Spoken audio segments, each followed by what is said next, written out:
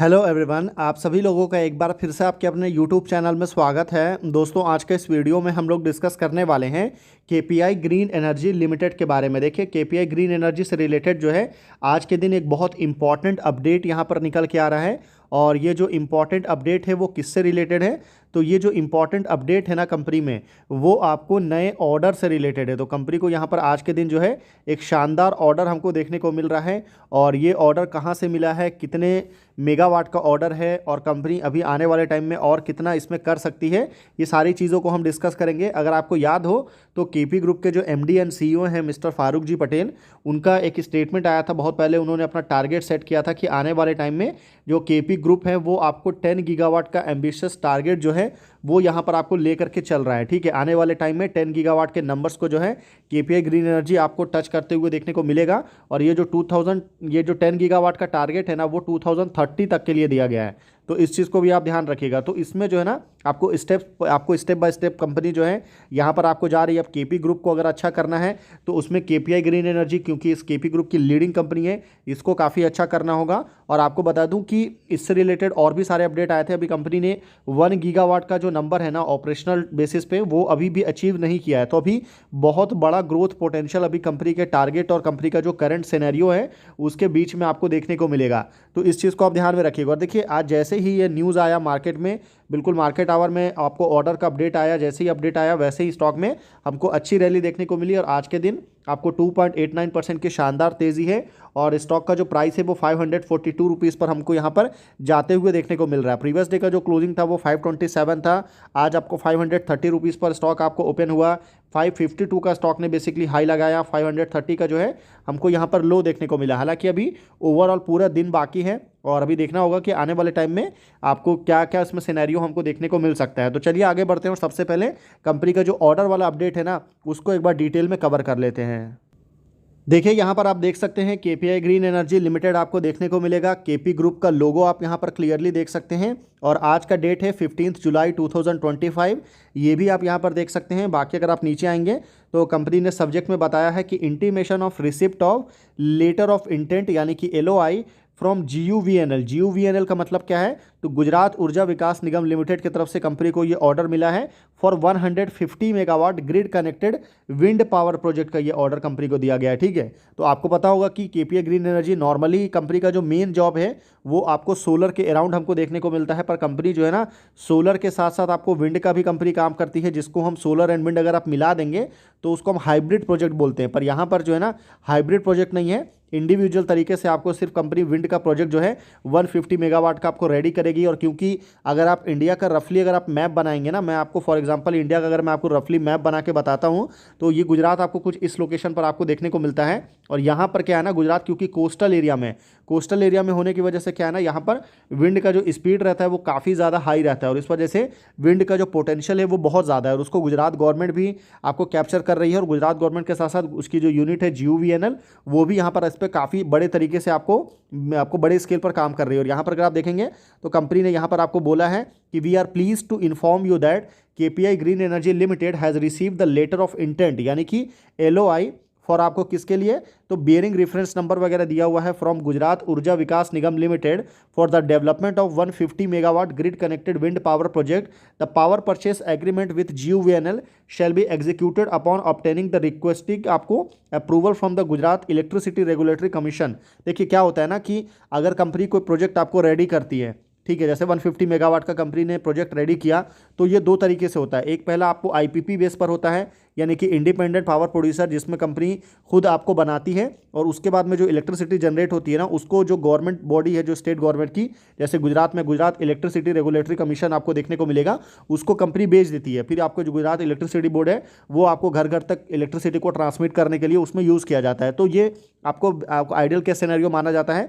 और ज़्यादातर केसेस में जो है ना कंपनी के पास में जो ऑर्डर्स थे वो IPP के थे। पर अभी आपको बता दूं कि कंपनी CPP पे भी बहुत बड़े स्केल पर काम कर रही है। CPP में क्या होता है ना कि कैप्टिव पावर प्रोड्यूसर, इसमें कंपनी बेसिकली दूसरे के लिए आपको प्रोजेक्ट बनाती है। और ये जो CPP सेगमेंट है, यहाँ पर सबसे अच्छी चीज़ ये निकल के आ रही है कि CPP में आपको वन टाइम रेवेन्यू आता है। मतलब एक बार आपने प्रोजेक्ट रेडी कर दिया तो जो क्लाइंट है उससे आपको एक बार मोटा पैसा मिल जाएगा।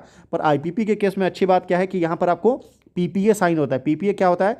तो पीपीए को हम बोलते हैं पावर परचेस एग्रीमेंट, जो कि सीधा सीधा जो है ना 20 ईयर, 25 ईयर, 50 ईयर का पावर परचेस एग्रीमेंट होता है, और उतने साल तक एक फिक्स रेट में आपको हर साल कंपनी के रेवेन्यू में ऐड ऑन होते रहेगा। तो ये एक बड़ी अच्छी चीज़ है, इससे कंपनी का जो रेवेन्यू विजिबिलिटी रहता है, जो हर साल आपको रेवेन्यू जो है वो कंसिस्टेंट बेसिस में आता रहेगा, तो ये एक अच्छी चीज़ निकल के आती है। बाकी अगर आप देखेंगे तो द एबव एलओआई यानी कि letter of intent has been awarded person to the company participation in the competitive bidding process, ठीक है, इनिशिएटेड बाय GUVNL अंडर आपको procurement of power through competitive bidding process bid, आपको reference number आपको यहाँ पर दिया हुआ है। तो बेसिकली ये जो प्रोजेक्ट है कंपनी को वो बिडिंग के थ्रू मिला है, बिडिंग में पार्टिसिपेट किया कंपनी ने, लोवेस्ट बिडिंग किया, इस वजह से कंपनी को यहाँ पर ये टेंडर मिला है। तो द टेंडर आपको was for the development of 250 megawatt grid connected wind power project with a green shoe option for additional capacity of up to 250 megawatt. 250 megawatt का ये टोटल प्रोजेक्ट है, जिसमें से 150 मेगावाट जो है यहाँ पर हमको कंपनी को मिलते हुए देखने को मिल रहा है।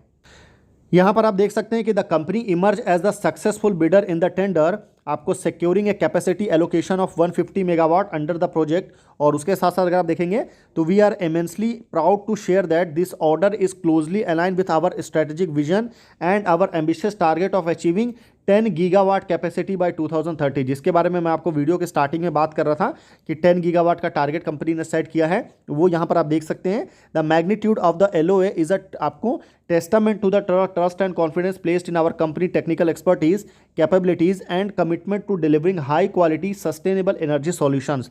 तो ये यहाँ पर आपको सारी चीज़ें जो है वो आपको बताया गया है, क्योंकि अगर 10 गीगावाट तक मैं आपको पहले भी जो हमारा पुराना चैनल था उस पर भी हमने काफ़ी बार इसको डिस्कस किया था कि अगर कंपनी ने अपने लिए कोई बहुत बड़ा टारगेट सेट किया है 10 गीगावाट का, तो ऐसा तो बिल्कुल नहीं है कि 5 साल तक 4 साल तक कंपनी बिल्कुल परफॉर्म नहीं करेगी और उसके बाद नेक्स्ट ईयर आपको अचानक से कंपनी को 10 गीगावाट का ऑर्डर मिल जाएगा। ऐसा बिल्कुल नहीं होगा, क्योंकि इतने बड़े नंबर को पहुंचना है तो उसमें हर साल आपको हर महीने बेसिस में, मंथली बेसिस में, ईयरली बेसिस में, क्वार्टरली बेसिस में कंपनी को थोड़ा थोड़ा अपने ऑर्डर बुक को इंप्रूव करना होगा, ऑर्डर बुक को ग्रोथ करना होगा, तभी कंपनी जो है ना इस टारगेट तक आपको पहुँच सकती है। और वो आपको 150 मेगावाट ऐसे आपको और ऑर्डर आने वाले टाइम में कंपनी को मिलते रहेंगे, तो कंपनी इस नंबर तक जो है बहुत आसानी के साथ आपको पहुंच भी सकती है, ठीक है। तो इस चीज़ को भी ध्यान रखिएगा। बाकी यहाँ पर आएंगे तो name of the entity awarding the order, यानी कि कौन सी एंटिटी की तरफ से कंपनी को ये अवार्ड दिया गया है, तो गुजरात ऊर्जा विकास निगम लिमिटेड GUVNL, और सिग्निफिकेंट टर्म्स एंड कंडीशन वगैरह तो वो यहाँ पर आपको सारा दिया गया है। डोमेस्टिक एंटिटी है, लेटर ऑफ इंटेंट है, और उसके साथ साथ जो है ना यहाँ पर कंपनी को इशू कब किया गया था ये टेंडर वगैरह, तो 18 जनवरी 2025। एग्रीगेट ऑर्डर साइज आप यहाँ पर देख सकते हैं। बाकी यहाँ पर जो ऑर्डर है ना वो किसी भी तरीके से आपको क्रोर्स में नहीं दिया है। क्रोर का क्या मतलब है? तो होता है कि कभी कभी क्या होता है ना, ऑर्डर कंपनी डायरेक्ट आपको क्रोर्स में बता देती है कि ये ऑर्डर कंपनी का 100 मेगावाट है, तो इसके बदले में कंपनी को आपको 50 करोड़ या 80 करोड़ इसके बदले आपको कंपनी को मिलेगा। पर यहाँ पर ऐसा कुछ भी आपको अमाउंट नहीं बताया गया है। देखिए, मैं अपनी तरफ से कोई भी आपको XYZ अमाउंट जो है वो बताना नहीं चाहता हूं, ताकि आपको बिल्कुल मिस इन्फॉर्मेशन नहीं होना चाहिए। जब कोई ऑर्डर रहता है, आपने ऑर्डर वाले वीडियो में भी डिस्कस किया था, जैसे ही कुछ भी एग्जैक्ट ऑर्डर का अमाउंट रहता है तो हम आपके साथ में ज़रूर उसको डिटेल में आपके साथ बात भी करते हैं। तो ये पूरा KPI ग्रीन से रिलेटेड एनालिसिस था, इन्फॉर्मेशन निकल के आ रही थी, लेटेस्ट इन्फॉर्मेशन थी, बहुत अच्छी इन्फॉर्मेशन है। इससे कंपनी को लॉन्ग टर्म में, शॉर्ट टर्म में तो आप इसमें ज़्यादा कुछ नहीं बोल सकते कि शॉर्ट टर्म में आपको क्या होगा, पर लॉन्ग टर्म में जिस हिसाब से कंपनी ग्रो कर रही है और कंपनी जिस स्पीड से, बेसिकली जिस स्टेट से कंपनी बिलोंग करती है, क्योंकि कंपनी का जो मेजर बिजनेस है वो आपको गुजरात में देखने को मिलता है, और गुजरात का जो टारगेट है ना वो बहुत बड़ा एम्बिशियस टारगेट है। गुजरात आने वाले 2030 तक को लेकर के 100 गीगावाट का जो है ना आपको रेन्यूएबल एनर्जी को लेकर के गुजरात आपको टारगेट कर रहा है। और 100 गीगावाट छोटा मोटा नंबर नहीं है, बहुत बड़ा नंबर है अगर आप इसको स्टेट के पर्सपेक्टिव से देखेंगे, क्योंकि ओवरऑल इंडिया का जो टारगेट है ना वो आपको 500 गीगावाट है। मतलब आप सोच सकते हैं कि इंडिया में आपको इतने सारे स्टेट्स आपको देखने को मिलेगा, स्टेट्स एंड यूनियन टेरिटरी मिला करके इतने सारे यहाँ पर आपको निकल के आता है, और उसमें से भी जो है ना सिर्फ एक स्टेट है जो कि पूरे इंडिया का 20% अकेले जो है ना रेन्यूएबल एनर्जी जो है आपको कंट्रीब्यूट करेगा आने वाले टाइम में। तो बहुत बड़ा एम्बिशियस टारगेट है, क्योंकि कोस्टल स्टेट की अगर आप बात करेंगे तो और भी बहुत सारे कोस्टल स्टेट है, क्योंकि फिर चाहे अगर आप यहाँ पर आंध्रा ले लीजिए, यहाँ पर आंध्रा है, उड़ीसा है, उसके बाद में आपको तेलंगाना, ये तेलंगाना तो नहीं है, यहाँ पर आपको यहाँ आपको तमिलनाडु आपको देखने को मिलेगा, केरला देखने को मिलेगा, कर्नाटका है, गोवा है, महाराष्ट्र है, बहुत सारे स्टेट्स जो हैं आपको यहाँ पर वेस्ट बंगाल तक आप जाएंगे तो पूरा बेल्ट है, पूरा रीजन है बेसिकली इंडिया का कोस्टल में। तो सारे स्टेट्स तो उतना अच्छा नहीं कर रहे हैं जितना अच्छा आपको गुजरात कर रहा है, और जितनी तेज़ी के साथ आपको गुजरात ग्रो करेगा उतनी तेज़ी के साथ आपको केपीआई ग्रीन एनर्जी ग्रो करेगा, क्योंकि गुजरात की जो सबसे बड़ी कंपनी है आपको रिन्यूएबल एनर्जी के पर्सपेक्टिव में आईपीपी एंड सीपीपी सेगमेंट में, वो आपको केपीआई ग्रीन एनर्जी है। तो दोनों एक दूसरे से इंटरकनेक्टेड है, तो इस चीज़ को आपको ज़रूर ध्यान में रखना है। तो आई होप आपको वीडियो इन्फॉर्मेटिव लगा होगा। वीडियो अगर आपको इन्फॉर्मेटिव लगा है तो आप वीडियो को लाइक कर सकते हैं। चैनल अगर आपको पसंद आया तो आप चैनल को सब्सक्राइब कर सकते हैं।